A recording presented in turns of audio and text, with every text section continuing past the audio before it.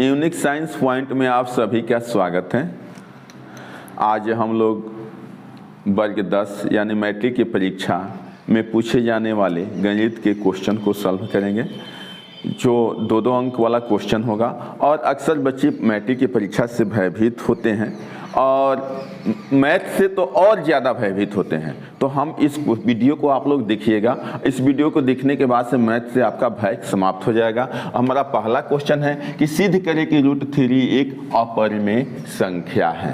ये क्वेश्चन ऐसे भी पूछ सकता है कि √3 एक परिमेय संख्या नहीं है, या इस क्वेश्चन के जगह पर √2 √5 भी दे सकता है। तो ऐसे क्वेश्चन को हल कैसे करेंगे? संभव है तो मान लेते हैं, माना कि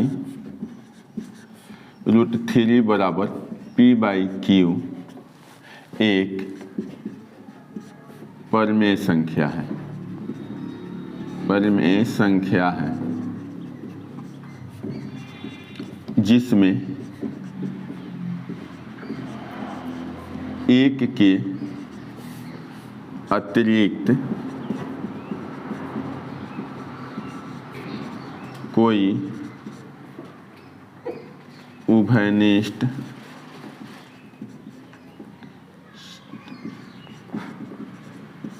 गुणनखंड नहीं है तथा q is not equal to 0। अब इसको कैसे हल कर, इतना तो पॉइंट लिखना है, क्योंकि एक परिमेय संख्या है जिसमें इस दोनों में एक के अतिरिक्त कोई उभयनिष्ठ गुणनखंड नहीं है। हमको बस इतना ही दिखाना है कि इस दोनों में एक के अतिरिक्त उभयनिष्ठ गुणनखंड होगा। हम माने हैं कि एक के अतिरिक्त कोई उभयनिष्ठ गुणनखंड नहीं है। तो अब इसको क्या करेंगे? वर्ग करने पर वर्ग, फिर इसको ले लेते हैं √3 बराबर यहाँ √3 बराबर p/q। अब कर लें, अब वर्ग करने पर ये हो जाएगा √3 का वर्ग करेंगे तो 3, और यहाँ हो जाएगा p² / q²। क्रॉस मल्टीप्लाई करेंगे, नीचे 1 लिख देंगे, p² बराबर 3q²। हम कॉमन मान लेंगे, यहाँ लिखेंगे। अब देखिए p² 3 का गुणज है, क्योंकि p² 3 का गुणज है, अतः p भी 3 का गुणज होगा। यहाँ हम दिखा दिए, पहले हमको दिए थे कि p में एक ही गुणनखंड उभयनिष्ठ है, एक के अतिरिक्त कोई उभयनिष्ठ गुणनखंड नहीं है, लेकिन हम यहाँ दिखा दिए कि p भी 3 का क्या है? गुणज है। पुनः माना कि p बराबर 3 के, पुनः माना p बराबर 3 के, समीकरण 1 से 1 में p का मान रखने पर, समीकरण 1 में p का मान रखेंगे तो समीकरण 1 में यहाँ क्या लिखेंगे? p, समीकरण 1 यहाँ है, p के जगह पर रखेंगे 3 के होल स्क्वायर बराबर 3q²। यहाँ हो जाएगा 9k² बराबर 3q²। अब q3 को यहाँ भेज देंगे तो यहाँ क्या हो जाएगा? 3k², 3 से 1 कट जाएगा तो 3k² बराबर q², इसलिए q² बराबर 3k²। तो इस प्रकार अब देखिए p² था तो p 3 का गुणज था, इस प्रकार q भी 3 का गुणज होगा, q भी 3 का गुणज होगा। अब यहाँ हम माने हैं कि एक के अतिरिक्त कोई उभयनिष्ठ गुणनखंड नहीं है। यहाँ दिखा दिए कि p भी 3 का गुणज है, यानी पी में भी 3 से भाग लग सकता है, क्यू में भी भाग लग सकता है। तो इसका मतलब कि जो हमारी मान्यता के क्या है, यह हमारी मान्यता के विरुद्ध है, इसलिए √3 एक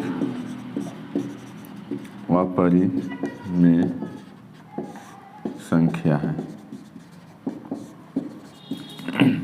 फिर इस सवाल को देख लीजिए, सिद्ध करें कि √3 एक अपरिमेय संख्या है। हमने मान लिया, संभव है तो माना कि √3 बराबर p/q एक परिमेय संख्या है जिसमें एक के अतिरिक्त कोई उभयनिष्ठ गुणनखंड नहीं है तथा q is not equal to 0। ये तो जानते हैं कि q नॉट इक्वल टू 0। अब क्या करेंगे, √3 बराबर p/q वैसे उसको उतार देते हैं, वर्ग करने पर इसको वर्ग करेंगे तो क्या हो जाएगा, √3 का वर्ग 3 हो जाएगा, p² तिरछा तिरछी गुना p² 3 q²। इसका मतलब कि ये p² 3 का क्या है, गुणज है, यानी 3 से भाग लग सकता है, तो p भी 3 का गुणज होगा। पुनः माना कि p बराबर 3 के, फिर अब क्या मानेंगे, ये p है ना, इसी को मान लेंगे p बराबर 3 के, और तब समीकरण 1 में p का मान है, समीकरण 1 में p का मान रखते हैं, तो p की जगह पर 3 के रख दिए, स्क्वायर हो गया, और यहाँ q² बराबर भी 3 के स्क्वायर। तो इस प्रकार q भी 3 का क्या होगा, गुणज होगा। यह हमारी मान्यता के क्या है, विरुद्ध है, मान्यता के विरुद्ध है। अब इसलिए √3 एक क्या हो जाएगा, अपरिमेय संख्या होगा। हमारा पहला क्वेश्चन कंप्लीट हुआ। दूसरा हमारा क्वेश्चन है, अभाज्य गुणनखंड विधि द्वारा 96 और 404 का मौसक ज्ञात करें। तो हम 404 और 96 को क्या करेंगे, 96 और 404 दोनों का हम गुणनखंड करेंगे। 2 से 48, 2 से 24, 2 से 12, 2 से 6, 3, 3, 1। यहाँ इसको 2 से, फिर 2 से 101 कंप्लीट हो गया। अब इसको लिखेंगे हम 96 की जगह पर 2 × 2 × 2, 1 2 3 4 5, 5 को 2 है, 3 1 4 1 5 1 3 है, और 404 क्या है, 2 × 101। अब यहाँ देखेंगे मौसम, दोनों में उभयनिष्ठ क्या है, देखिए 2 है, ये दोनों 2 के बदला में 1 2 लिख देंगे, इस दोनों 2 के बदले में 1 2 लिख देंगे, 2 2 ना 4। अब हमको निकालना है लसा। अब लसा बराबर, इसलिए लसा बराबर सूत्र होता है एक संख्या गुणे दूसरी संख्या, एक संख्या गुणे दूसरी संख्या अब बटा मौसम। तो एक संख्या कितना है 96, दूसरी संख्या 404, यही दोनों संख्या है, और मौसम कितना है 4। इस 4 को हम कटा देंगे, 24 और 24 चौका 96, 24 चौका 96, यानी 96 यहाँ लिख देते हैं, 96 96 आंसर हो जाएगा। एक आंसर यहाँ हो जाएगा, एक आंसर आपको यहाँ हो जाएगा, एक आंसर ये हो जाएगा, एक आंसर ये हो जाएगा। तो ये हमारा दूसरा क्वेश्चन कंप्लीट है। ये क्वेश्चन भारी नहीं है, बहुत आसान क्वेश्चन है, फिर भी ये क्वेश्चन पूछ देता है। तो इसके लिए आप लोग इसका गुणनखंड कर दीजिए, इसका गुणनखंड कर दीजिए, और इसमें दोनों में जो शामिल हैं उसको गुणा कर देंगे तो मौसम निकल जाएगा, ये लसन निकल जाएगा। मेरा तीसरा प्रश्न है, बिना लंबी विभाजन, बहुत सिंपल क्वेश्चन है, हमेशा परीक्षा में पूछते रहता है। बिना लंबी विभाजन प्रक्रिया किए बताइए कि 7/80 परिमेय संख्या के दशमलव प्रसार शांत हैं या अशांत। तो इसको ध्यान से समझिए, यहाँ हम लिखेंगे 7/80, इसमें 80 को तोड़ेंगे, तो 80 को तोड़ने के लिए इधर 80 को हम साइड में तोड़ सकते हैं, 2 से 40, 2 से 20, 2 से 10, 2 से 5, 5 लिख देंगे। 7/2 गुणे 2 गुणे 2 गुणे 2 5। अब यहाँ 7/2 के पावर 4 और 5 के पावर 1। इसका मतलब क्या कि ये तो कटेगा नहीं, पहले तो देखेंगे कि ये कटता है कि नहीं, कटा लेंगे। अगर नहीं कटता है तो इसको नीचे वाले को तोड़ेंगे, ऊपर वाला से कोई खास मतलब नहीं है। अब इसमें देखेंगे कि ये हर, नीचे वाला को हर कहते हैं, हर 2 के पावर हर का अभाज्य गुणनखंड, हर का अभाज्य गुणनखंड 2 के पावर 4 गुणे 5 के पावर 1 है, जो 2 के पावर m गुणे 2 के 5 के पावर n के रूप का है, इसलिए यह शांत होगा। शांत है या शांत होगा। ये आपका आंसर कंप्लीट हो गया। इसको आप रफ में कर सकते हैं। तो इस तरह से हमारा बिना भाग दिए हम ज्ञात कर सकते हैं कि ये शांत यानी कट सकता है या कि नहीं कट सकता है। तो हमारा तीसरा क्वेश्चन कंप्लीट हुआ। अब चौथा क्वेश्चन हम देखेंगे।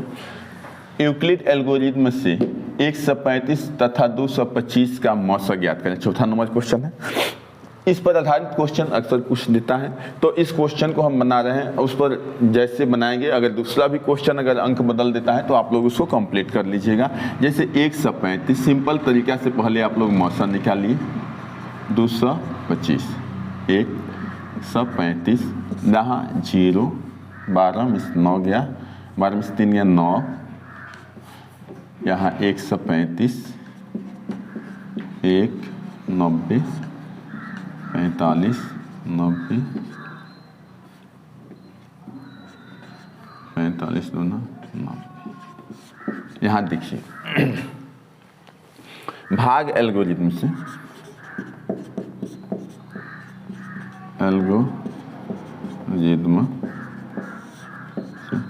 यहाँ देखिए इसको कैसे हम तोड़ेंगे। एक पार्ट है स्टेप बाय स्टेप, इसको स्टेप बाय स्टेप में करेंगे। क्या यहाँ से एक स्टेप यहाँ से यहाँ तक ले हो गया, ऐसे रेड कलर से हम देख लेगा। एक स्टेप में यहाँ से यहाँ तक हो गया, एक स्टेप यहाँ हो गया। इसको सही से समझिएगा। तो इसको हम भाग एल्गोरिथ्म होता है a बराबर बी क्यू प्लस आर, इस मेथड पर हमको सेट करना है। तो इसको हम a कहते हैं। तो 225 बराबर इसको हम b कहते हैं। b 135, एक मतलब में कटा है 1 और प्लस आर क्या है 90। एक हमारा स्टेप निकल गया। फिर दूसरा स्टेप यह है, देखिए ये बराबर क्या हो जाएगा 135 भाग किसे दिया है 90 से, 90 एक मतलब में कटा, शेष हो गया 45। फिर तीसरा हमारा ये लास्ट हो गया। तो इसको क्या लिखेंगे 90 बराबर 45 2 प्लस 0, यानी शेष 0 आ जाना चाहिए। यहाँ लिखेंगे चूंकि शेषफल क्या है, चूंकि शेषफल शून्य है, इसलिए मौसा बराबर, देखिए यही मौसा हो जाता है, मौसा बराबर 45 आंसर। अब इस चीज़ को एक बार और समझा दे रहे हैं। 35 ऐसे याद रखिएगा, बैक BAQ, यानी इसको हम ये B हो जाता है, ये A हो जाता है, ये Q हो जाता है। इसको B कहते हैं, इसको A, इसको Q। तो उसके सामने हम मान पुट करते जाते हैं। तो ये भाज्य होता है, ये भाजक होता है, ये भागफल होता है और ये शेषफल होता है। तो इस प्रकार अगर लास्ट में 0 आता है तो हमारा मौसा 0 हो गया। अगर इस पर आधारित लंबा भी मौसा आता है तो इसको ऐसे आप लिख सकते हैं। अगला क्वेश्चन हम चलेंगे 5 नंबर क्वेश्चन। जांची कि क्या प्राकृत संख्या n के लिए 4 के पावर n के अंत में 0 आ सकता है। इसको हल करेंगे। 4 के पावर n बराबर हम लिख देंगे 2 गुणे 2, ऐसे 2 गुणे 2 के पावर n, यानी 2 के पावर n गुणे 2 के पावर n। या ऐसे यहाँ भी हम इसको ऐसे भी कह सकते हैं 2 के पावर 2 गुणे 5 के पावर n। तो यहाँ लिख सकते हैं अंत में 0 आने के लिए लिए अभाज्य गुणनखंड के रूप में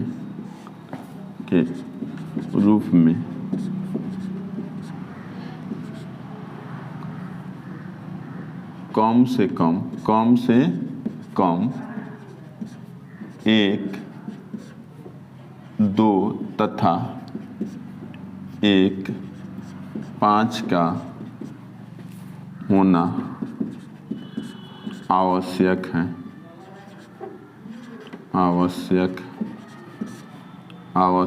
है जबकि इसमें केवल 2 है, अतः अंत में शून्य नहीं होगा या अंत में शून्य नहीं आ सकता है। तो ये क्वेश्चन इसमें ज़्यादातर लैंग्वेज है कि इसमें हम क्या करेंगे, 4 के पावर n लिखिए तो यहाँ 2 × 2 आया और उसके 5 n रख दिए, तो यहाँ 2 और 2 की जगह पर अगर एक कोई 5 रहता तो इसका क्या हो जाता, अंत में शून्य आ सकता है। लिखे हैं कि शून्य आने के लिए क्या चाहिए, आप लोग देखते हैं कि अगर 10 हैं तो उसके लिए क्या चाहिए, 2 और 5, 20 भी हैं तो उसके लिए क्या चाहिए, 2 × 2 × 5, तो कम से कम एक 5 और एक 2 का रहना आवश्यक है, जो कि यह कंडीशन इसमें नहीं लागू होता है, अतः अंत में शून्य नहीं आएगा। लेकिन एक और तरीका से आप लोग देख सकते हैं टेम्पररी इस तरह से, जो 4 के पावर n, तो जहाँ n बराबर क्या है 1, 2, 3, 4 ऐसे हैं, तो n बराबर 1 लिखेंगे तो 4 के पावर 1 बराबर 4, n बराबर 2 लिखेंगे तो 4 के पावर 2 बराबर 16, n बराबर 3 लिखेंगे तो 4 के पावर 3 बराबर 4 × 4 × 4 बराबर, यानी अंत में क्या आ रहा है, कोई किसी भी मान के लिए अंत में 4 और 6 आ रहा है, अतः क्या होगा, अंत में शून्य नहीं होगा। तो ऐसे भी दर्शा सकते हैं, लेकिन ये आपका एक रेट हुआ। अगला क्वेश्चन है ये 6वां, द्विघात समीकरण √2x² - 6x + 2√2 = 0 के मूलों का योगफल एवं गुणनफल ज्ञात करें। इस पर क्वेश्चन पूछते रहता भी है। यहाँ देखिए, यहाँ इसको हम a कहते हैं, इसको b कहते हैं, इसको c कहते हैं। यहाँ a बराबर √2, b बराबर -6, c बराबर 2√2।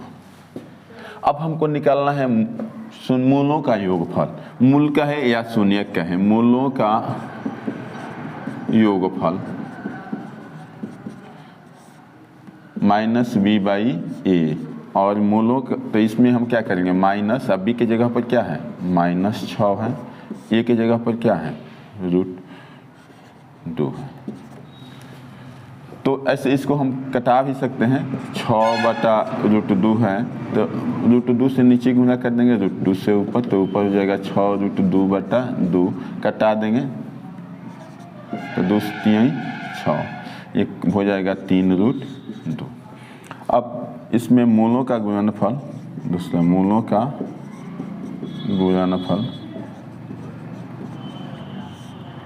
c/a, c कितना है 2√2/a कितना है √2, तो √2 से √2 कट गया 2, तो यहाँ आपका आंसर एक आ गया। ऐसे आंसर ये हो गया, एक आंसर यह हो गया, मूलों का योगफल बराबर। तो यहाँ थोड़ा सा दिक्कत, अगर आपको कटाने में, इस परिमेयकरण करने में दिक्कत होती है तो इतना ही छोड़ सकते हैं, अन्यथा इसमें √2 से दोनों बगल गुणा कर दिए तो ये 2 हो गया, 2 से कटा 2 × 3 = 6, तो 2√2 हो जाएगा। इस तरह से हम मूलों शून्यकों का योगफल और गुणनफल ज्ञात कर सकते हैं। यहाँ देखिए हमारा 7वां क्वेश्चन है, बहुपद 4x² - 3 के शून्यक ज्ञात करें। देखिए, समीकरण दिया रहेगा तो 0 दे देता है, बहुपद दिया रहता है तो 0 नहीं देता है, शून्यक दे दिया है। तो ऐसे कंडीशन में हम क्या लिखेंगे, 4x² - 3 = 0, या 4x² = 3, या 4x² = 3/4, या x बराबर √3/4। तो इसलिए x बराबर क्या हो जाएगा, प्लस माइनस √3/4 का वर्गमूल 2 हो जाएगा। तो ऐसे हो सकता है या ऐसे भी लिख सकते हैं √3/2 कामा माइनस √3/2 आंसर। तो ये हमारा क्वेश्चन बहुत आसान क्वेश्चन है। अगला क्वेश्चन है 8 नंबर क्वेश्चन, द्विघात समीकरण इतना का विविक्तकर ज्ञात करें। विविक्तकर का है या विवेचक का है या डिस्क्रिमिनेंट का है, तीनों का मतलब एक ही होता है, हल। देखिए यहाँ समीकरण है द्विघात समीकरण, द्विघात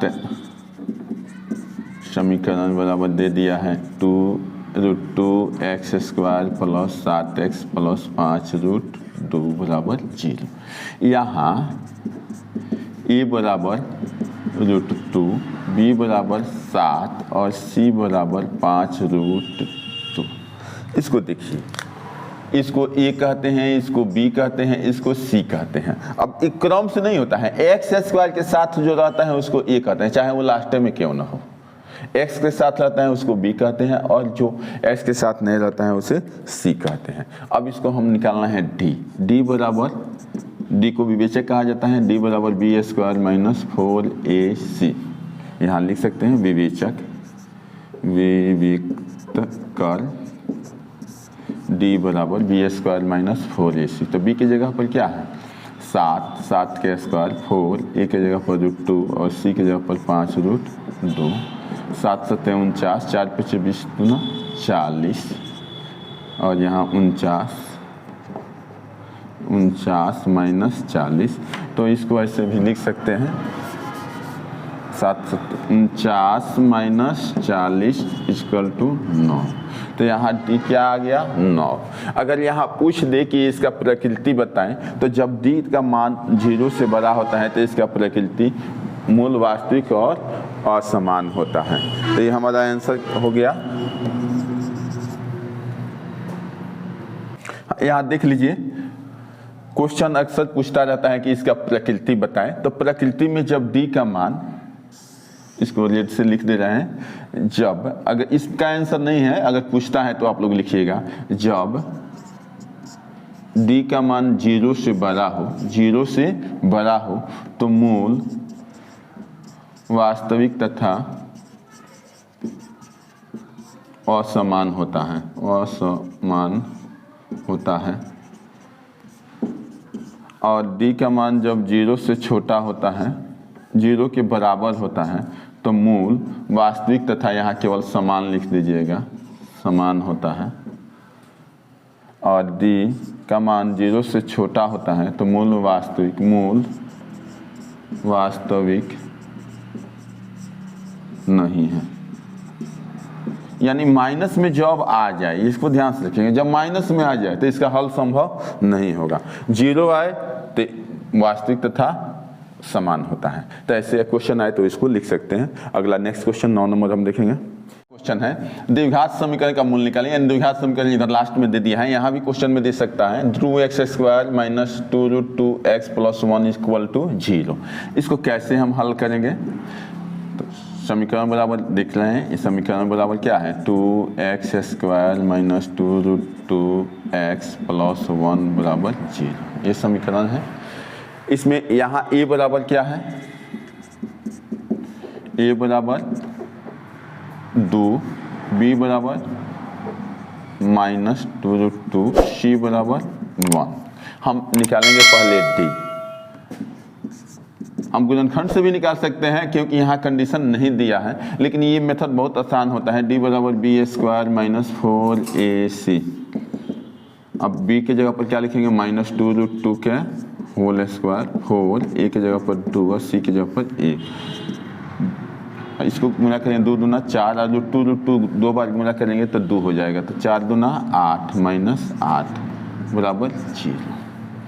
इसका मतलब कि इसका मूल क्या है, वास्तविक तथा समान होगा। अब निकालेंगे, इसलिए x बराबर यानी मूल बराबर, मूल x या शून्य भी कह सकते हैं, -b ± √d/2a। यहाँ ध्यान दीजिए, यहाँ डी 0 है, हम चाहेंगे तो इसका मान रख करके आगे बढ़ाते जाएंगे। जब डी 0 हो जाता है तो इसको लिखने की जरूरत नहीं होती है, डायरेक्ट ही इसको डायरेक्ट ही अपन लिख देंगे माइनस एक्स बराबर माइनस बी बाई 2a। क्या है कि मूल जब समान होता है, डी का मान 0 आ जाता है तो सूत्र एक ही सूत्र लगा देते हैं माइनस बी बाई 2a। तो इसको लिखेंगे माइनस, अब बी की जगह पर लिख देंगे माइनस 2√2 अब बटा ए की जगह पर 2, माइनस माइनस कट जाए तो क्या हो जाता है 2√2 बटा 2 कट जाएगा तो ये √2।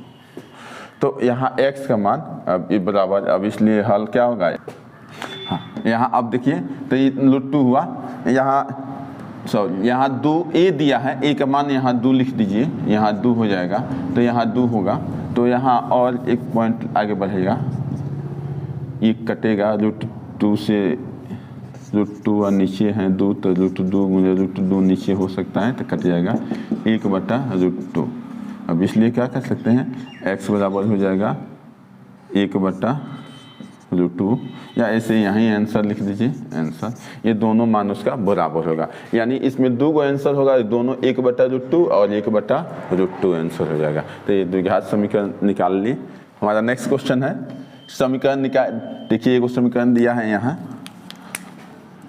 हल 2x + 3y बराबर 11 समीकरण 1 और यहाँ 2x - 4y बराबर -24 समीकरण 2। इसको हमको हल करना है प्रतिस्थापन विधि से। लुप्तीकरण विधि तो सबसे आसान होता है, लेकिन प्रतिस्थापन विधि भी आसान होता है हल के क्वेश्चन के लिए। तो यहाँ हम क्या करेंगे, समीकरण 1 से 2x + 3y बराबर 11।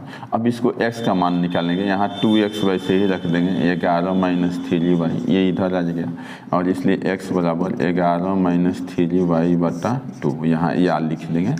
अब इसका मान समीकरण 2 में रखेंगे, समीकरण 2 में x का मान रखने पर,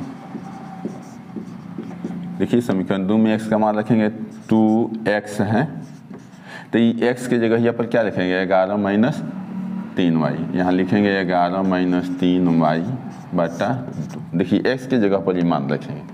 उसके बाद -4y - 24, 2 से 2 कैंसिल हो जाएगा, या 11 - 3y -4y बराबर -24, 4 3 7y बराबर 7y बराबर -24 - 11। अब यहाँ हम करेंगे -7y बराबर -35, इसलिए y बराबर -35 बटा -7, 7 बचे 35 या कर लीजिए अभी, इसलिए y बराबर 5। अब y का मान 5 निकल गया। अब मान रखेंगे y का इसमें, समीकरण इसको 3 मान लीजिए, समीकरण 3 में y का मान रखने पर, तो 3 में क्या लिखे, x बराबर 11 - 3, y की जगह पर 5 रखेंगे बटा 2, 11 5 15 बटा 2 यानी -4 बटा 2 बराबर -2। अब यहाँ लास्ट में क्या करेंगे, हल दे करके लिख देंगे x बराबर -2, y बराबर 5, यही हमारा क्या हो जाएगा, आंसर हो जाएगा। बहुत आसान तरीका है, एक बात समझ लीजिए, समीकरण 1 को यहाँ लेंगे, समीकरण 1 को यहाँ लिखेंगे और 2x बराबर 11 - 3y, x बराबर 11 - 3y बटा 2, समीकरण 2 में x का मान रखने पर। अब इसमें 2 में x का मान रखेंगे, इसको लिख करके x की जगह पर ये मान रखे, 2 से 2 कट गया, फिर यहाँ हम 3y यहाँ बच गया, कोष्ट हट जाएगा, 3y या 4 7y हो जाएगा, 11 इधर आ जाएगा तो -11 हो जाएगा, ये -35 हो जाएगा, ये माइनस से कट जाएगा तो y बराबर 5। और फिर यहाँ y की जगह पर हम क्या रखेंगे 5, तो 5 यहीं 15 घट गया -4 यानी -2। तो इस तरह से हमारा प्रतिस्थापन विधि से समीकरण कंप्लीट हुआ। क्वेश्चन नंबर 11 है, AP 21 18 15 10 का कौन सा पद -81 होगा। इस क्वेश्चन को देखिए, कभी कभी क्वेश्चन में पूछ सकता है कि पहला पद क्या है, पदांतर क्या है, यानी सर्वांतर क्या है। तो इसके लिए सबसे पहले यहाँ देखेंगे कि यहाँ a बराबर ए को हम पहला पद कहते हैं, ए बराबर 21, डी बराबर हम क्या करते हैं, इसमें से इसको घटाते हैं, इसको T1 T2 T3 कहते हैं, T2 माइनस T1, यानी 18 माइनस 21 बराबर -3।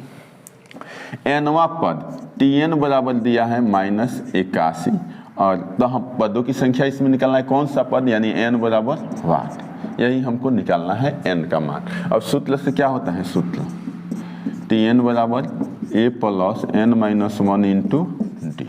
तो Tn के जगह पर हम क्या लिखेंगे, -81, a के जगह पर लिखेंगे 21, n माइनस 1, और d के जगह पर लिखेंगे हम -3। -81 और 21 इधर आएगा तो -21 बराबर यहाँ 3 से गुणा करेंगे तो -3n, और माइनस माइनस +3, यह 21 इधर आ गया, अब हो जाएगा -10 1 से 2, और यह -3n, ये 3 इधर आ गया तो इस 3 को भी खींच लेंगे, -3 हो जाएगा।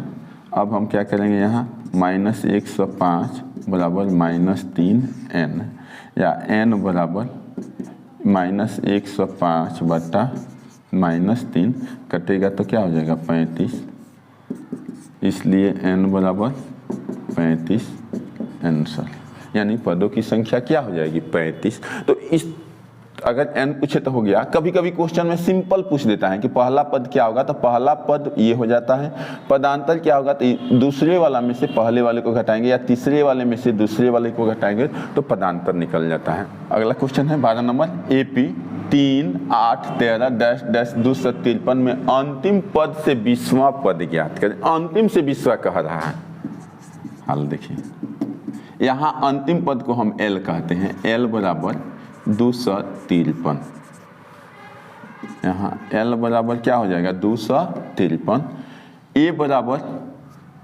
A का इसमें जरूरत नहीं है, D बराबर होगा 8 में से 3 घटा देंगे यानी 5।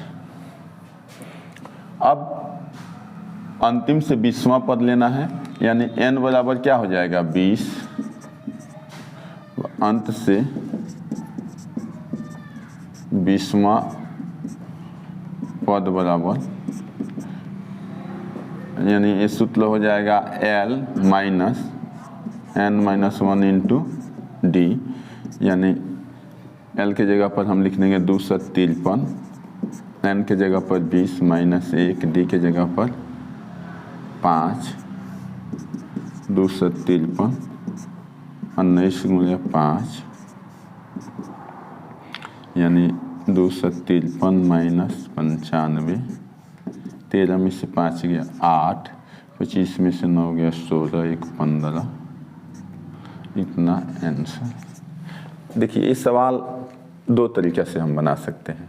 ऐसे तो अंतिम से कह दिया तो अंतिमवा पद, और अंतिमवा पद से जब अंतिम से निकालते हैं तो सूत्र हमारा बदल जाता है। यहाँ हम अगर शुरू से शुरू करते हैं तो सूत्र वहाँ लिखते हैं, वैसे कंडीशन में सूत्र लिखते हैं Tn बराबर a plus n minus 1 into D, लेकिन अंतिम से जब निकालते हैं तो अंतिम से ये घटते आता है। ऐसे उस कंडीशन में L और minus n minus 1 into D हो जाता है। तो अंतिम से निकालने के लिए कहे तो सिंपल है, अंतिमवा पद लिख दीजिए, उसको साइड चेंज करके या इसको आसानी से निकाल सकते हैं। ऐसे हम इसको ऐसे भी बना सकते हैं। इसको हम क्या करेंगे, एपी के क्रम को हम क्या करेंगे, उलट देंगे, अंतिम वाला फर्स्ट में कर देंगे। अगर क्रम पलटने पर, क्रम को पलटने पर एपी बराबर हो जाएगा 253, पहला हो जाएगा, बाद में हो जाएगा 13 8, 3। तो यहाँ ए बराबर देख लेंगे, यहाँ ए बराबर 253, क्योंकि अब क्रम पलट दिए हैं। डी बराबर, कहीं से डी निकालते हैं तो यहाँ से निकाल लेंगे, 8 माइनस 13 बराबर -5। अब हम 20वां पद निकालेंगे, इसलिए T20 बराबर अंतिम से 20वां पद निकालने के लिए क्या लिखेंगे, टी 20 बराबर लिख देंगे ए प्लस 19D बराबर ए की जगह पर क्या है 253 जोड़ 19 गुणे डी की जगह पर क्या है -5 तो 253 माइनस 19 × 95 बराबर 158 आंसर। तो ऐसे भी आप निकाल सकते हैं क्रम को पलटने पर एपी, क्रम को पलटेंगे तभी ये एपी में होगा और इस तरह से यहाँ ए पहला पद हो जाएगा ये और 20वां पद इधर पलट दिए तो ये अंतिम से हो जाएगा 20वां पद, तो इसको ए हो जाएगा ये और डी यहाँ से ले लेंगे क्या कि अंतिम में से पहले वाले घटाते हैं तो 8 में से 13 घटा करके डी निकाल लिए। तो ऐसे भी आप बना सकते हैं, ऊपर वाला भी बना सकते हैं, ये आपके लिए बेहतर होगा। तो इस प्रकार हम 12 क्वेश्चन पढ़ें और ये क्वेश्चन परीक्षा के व्यू से बहुत ही इम्पोर्टेंट है। इस क्वेश्चन हूबहू भी पूछ सकता है या इस पर आधारित क्वेश्चन आ सकता है, आप लोग इसको तैयारी करें। इस पर क्वेश्चन को हम प्रत्येक क्वेश्चन को समझाए हैं, अगर इस पर आधारित भी क्वेश्चन आता है तो आप लोग आसानी से बना सकते हैं और इसमें जहाँ दिक्कत होता है उसको बार बार समझने का प्रयास करें। और mathematics is a subject of revision, mathematics एक ऐसा सब्जेक्ट है जिसको बहुत ज़्यादा रिवीजन करना पड़ता है। तो आप कोई क्वेश्चन को एक बार देख लेते हैं तो उसको कम से कम 2-4 बार घर पर बनाने का प्रयास करें। अगर बार बार आप बनाते हैं तो ये क्वेश्चन परीक्षा के लिए बहुत ही महत्वपूर्ण है और परीक्षा में ये क्वेश्चन इस पर आधारित भी क्वेश्चन पूछ सकते हैं या ये क्वेश्चन आ सकते हैं। तो कहेंगे अंत में कहेंगे कि आप लोग इस चैनल को सब्सक्राइब करें और इसे लाइक करना न भूलें। जय हिंद, जय भारत।